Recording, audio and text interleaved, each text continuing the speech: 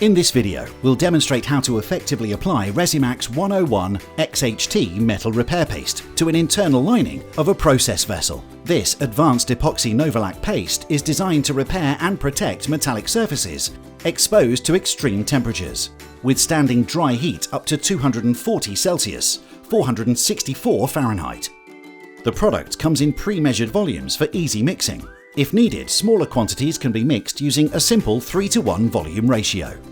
Using a spatula, remove 3 parts base to 1 part activator onto a clean mixing board. Blend thoroughly until the mixture is a smooth, streak-free, consistent light grey colour. To check if it's fully mixed, score through the mixture with the spatula. Using a clean spatula or appropriate applicator tool, apply the mixture generously to the correctly prepared surface.